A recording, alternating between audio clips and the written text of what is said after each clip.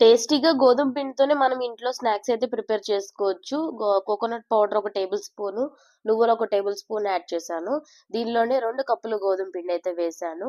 చక్కగా వీటిలనైతే మనం గోధుమ పిండిలాగా చేసుకోవడమే. ఇందులో నేను కొద్దిగా జాగరీ పౌడర్ యాడ్ చేశాను. చక్కగా వీటిని ముందు మిక్స్ చేసుకున్న తర్వాత బెల్లం కరగబెట్టి వాటర్ అయితే తయారు చేశాను. ఆ వాటర్ యాడ్ చేసుకుంటే చపాతీ పిండిలా చేసుకోవాలండి. దాన్ని చక్కగా సాఫ్ట్‌గా ఒక 5 మినిట్స్ పక్కన పెడితే సాఫ్టీనెస్ వస్తది. తర్వాత మనం ఇంకా చపాతీలాగే ఒక హాఫ్ ముద్ద తీసుకొని ఫస్ట్ దీన్ని రోల్ చేయాలి. చక్కగా రోల్ చేసుకున్న తర్వాత నైఫ్‌తో చిన్న చిన్న బిస్కెట్స్‌లా కట్ చేసుకోవడమే. వీట్లి కోసం నేనేం షేప్ కానీ ఏం చేసుకోలేదు. ఇలాగ చక్కగా కట్ చేసేసుకొని ఆయిల్‌లో ఫ్రై చేసుకోవడమేనండి. చాలా బావుంటాయి. కరకరలాడుతా ఉంటాయి. ఇవి చల్లారితే ఇంకా చాలా బావుంటాయి. ఒకసారి ట్రై చేయండి.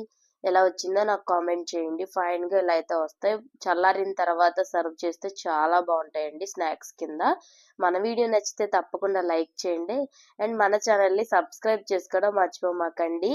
ఉంటా మరి పనుంది. బాయ్.